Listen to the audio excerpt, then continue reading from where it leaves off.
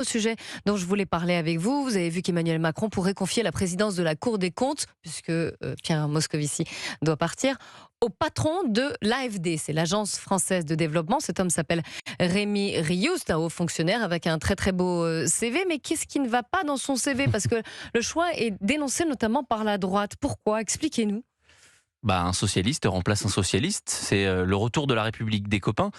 La Cour des comptes, il faut quand même savoir que c'est un contre-pouvoir qui normalement est quand même représentatif de l'électorat et de la situation politique française. Le Parti socialiste en 2022 a fait 1,7% à la présidentielle. Alors Pierre Moscovici était là depuis bien plus longtemps, mais là il a donc décidé, parce que c'est quand même Pierre Moscovici qui propose et c'est Emmanuel Macron qui dispose, eh bien Pierre Moscovici a tout simplement proposé à Emmanuel Macron de nommer à la Cour des comptes pour le remplacer son ancien directeur de cabinet au ministère de l'économie. Donc c'est évidemment ça qui fait polémique, c'est donc cette République des copains. Je vous rappelle que Pierre Moscovici a déjà été critiqué notamment pour avoir fait rentrer Najat Vallaud-Belkacem par le concours externe à la Cour des comptes alors même qu'elle n'était pas magistrate, qu'il a fait rentrer un peu plus tôt l'ancienne présidente socialiste du groupe PS à l'Assemblée nationale, Valérie Rabault, qui venait de perdre aux élections législatives dans la première circonscription du Tarn-et-Garonne. Elle a perdu, mais c'est pas grave, ne vous inquiétez pas, il y a des places, il y a des salaires qui sont chauds à la Cour des comptes, venez.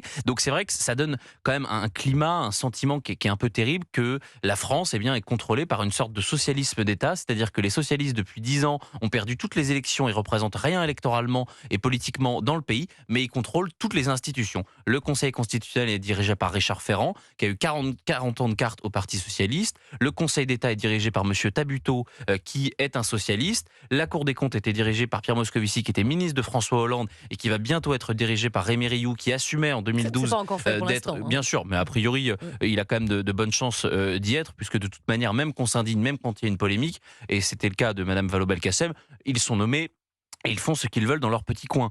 Donc Monsieur Rémi Rioux, qui assume être un haut fonctionnaire de gauche, c'est pas grave, hein, c'est pas interdit. Mais est-ce que on peut éviter à nouveau une politisation socialiste de la Cour des comptes? Je pense que ce serait une bonne chose, surtout qu'on va peut-être pas le faire là, mais on pourrait faire, non peut-être pas le procès, mais en tout cas le bilan de Monsieur Rioux au sein de l'aide française au développement. Et croyez-moi, on aurait des choses à